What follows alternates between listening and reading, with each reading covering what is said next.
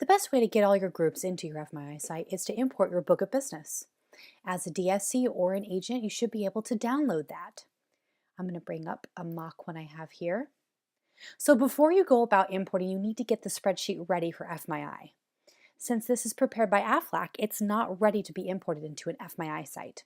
So what you want to do first is get rid of the header. So I'm just going to completely delete that. So at the top you have your header, just for your information. And then also there's a summary at the bottom you need to delete as well.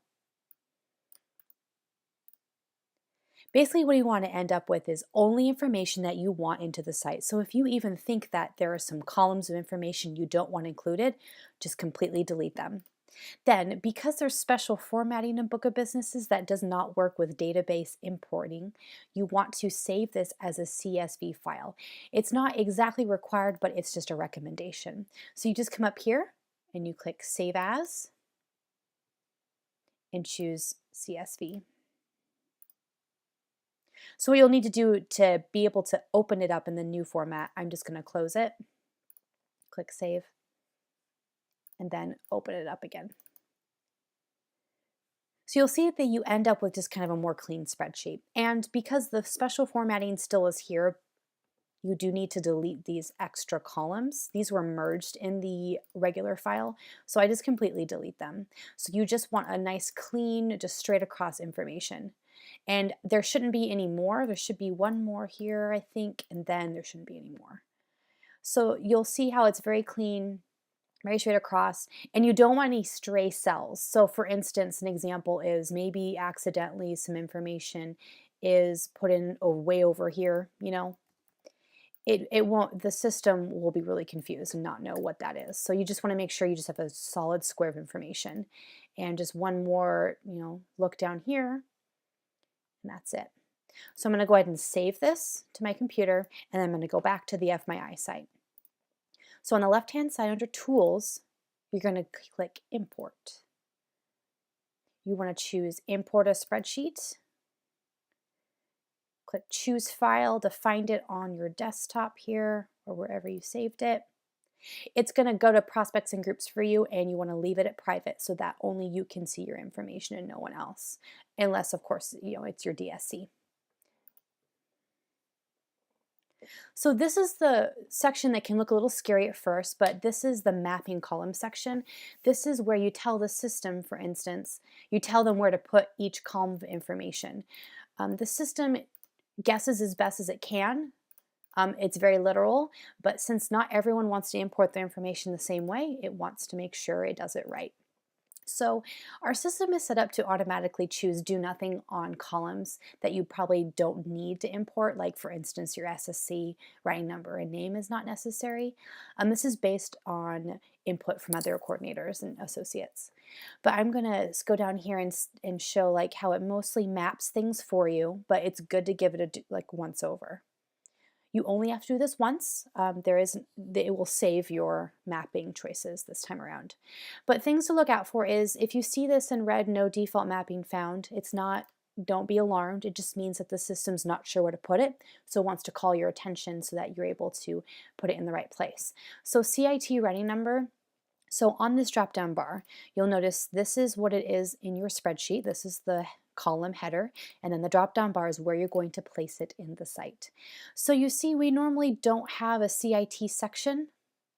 Some people like to import that. But the thing is, if you are an associate, you will not see this create new field option because you aren't able to create fields on the site. Only your DSC can. But your DSC will, if you are a DSC, you will see this. So what it will do is it will create a field for the CIT writing number and still import that information. Or you can choose do nothing, and it's at the very, very top. But I want the CIT writing number to be put into the site. So since it's not part of the original template, I'm going to go over here. These are the custom fields here under Account Details.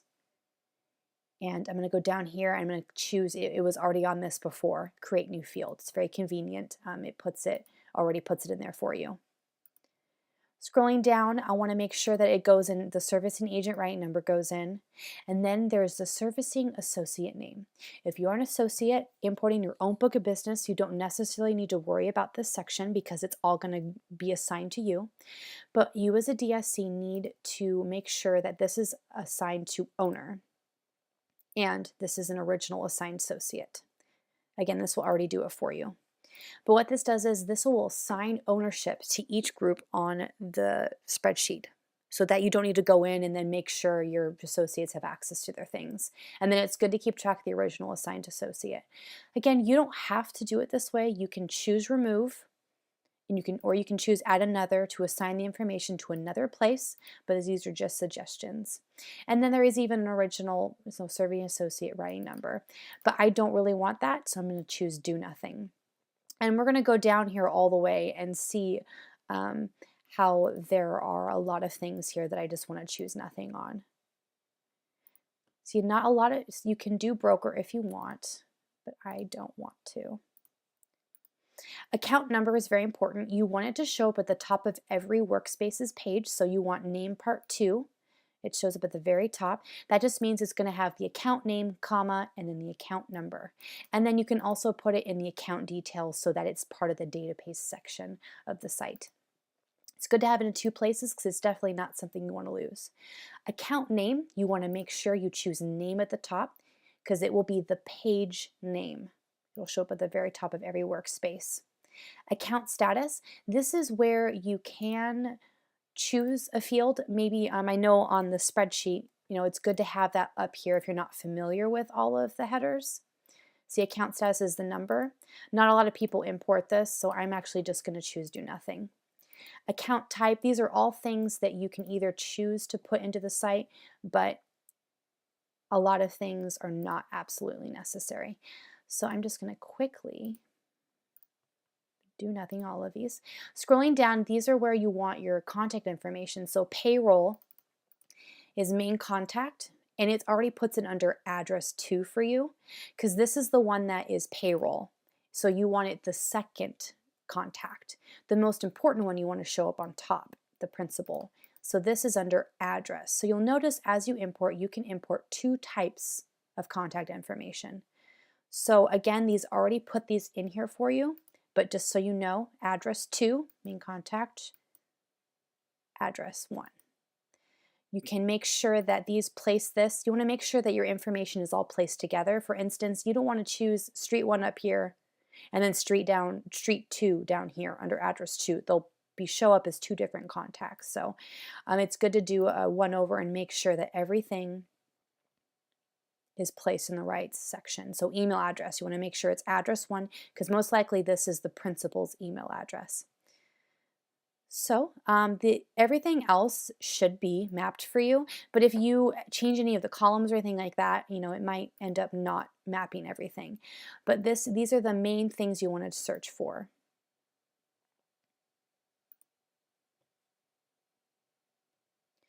And so there are a lot of things here. So I'm just going to scroll down to the very bottom. And I'm going to choose Save Mappings. So what this does is you'll never have to map again unless you import a completely different type of spreadsheet. It'll remember what you choose here.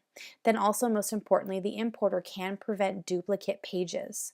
So that if you choose, we usually recommend account number because sometimes page names, like the group name, can get changed.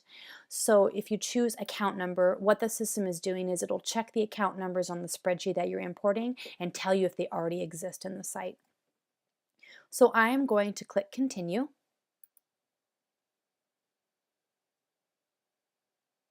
And I'm going to place this in existing group. This is very important. You do not want to create a subcategory called imported every single time. Maybe the first time you do it, you want to keep track of what you imported, but there are other ways to do that. So I suggest choosing existing group. And then down here is very important. You want to make sure that the names of the associates in your book of business match up with the profiles on the site. So maybe they spell their name or go by a different name on the spreadsheet here on the left. So you want to make sure that you choose the name of the person on the site. So again, these are the profiles on the site. This is how they show up in the spreadsheet. So this is a precaution to make sure that agents don't get access to things they don't need access to. Again, if you are an associate importing your own book of business, you will not need to worry about this, because at the bottom, you can do a default owner. So DSC, you can choose yourself. So just in case maybe there's an associate in the book of business that is no longer on your team, you can assign all their groups to you. Even if there is a pending invitation to an associate, you don't need to wait for them to accept an invite. Their email address will show up here, and you can still assign it to their email address. And then when they accept the invite, they have access to all of their information. So you can go ahead and click Continue.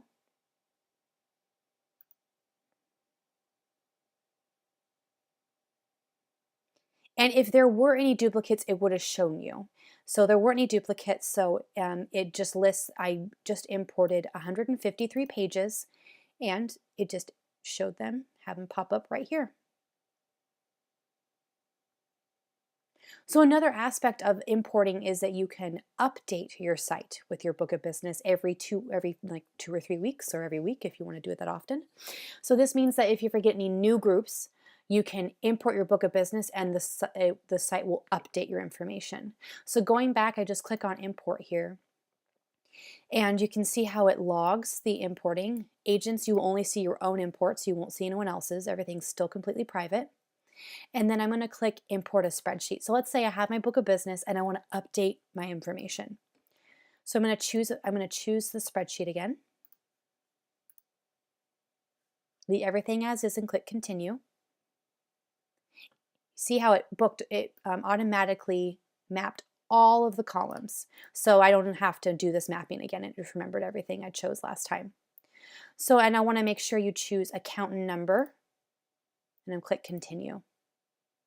So see, it said these duplicate pages were found, so it gives you the group numbers so you can see which ones are already in the site. In this case, everything already is. So the important thing to choose is update custom fields for duplicate pages. So it will not update search labels, it will not update contact information, but it will update the custom fields like the Flex Cafe, dates, enrollment dates, number of employees, things like that. Just in case it does ask, just in case there are any, let's say, you have new groups on the spreadsheet, it will also import them. So you do everything at once. So you want to choose existing group for any new groups that are in the list. It goes through the same process here, and click continue. And it will tell you how many things were updated or imported as before. If you ever import something but you want to redo it, maybe you don't like how something turned out, click on import here, and then on the right hand side you just click delete, and it will completely delete your pages off of the site. So it's a great undo option. It'll ask just for sure, because once you delete something, everything is completely deleted forever, permanently. It can take a few minutes, especially if there are a lot to import, but it will do everything for you. I'm going to go ahead and delete this other one I did too. So yeah, that's how you import into the site. There are a couple other options when you import that you might not see in the book of business, but you will see I would suggest taking a look at all the mapping fields, because you can also map to search labels and things like that. But mostly with your book of business, you're dealing with those custom fields. So that's how you import. And if you have any questions, you're welcome to contact FMYI support, and we are happy to walk you through importing a spreadsheet. And that's it.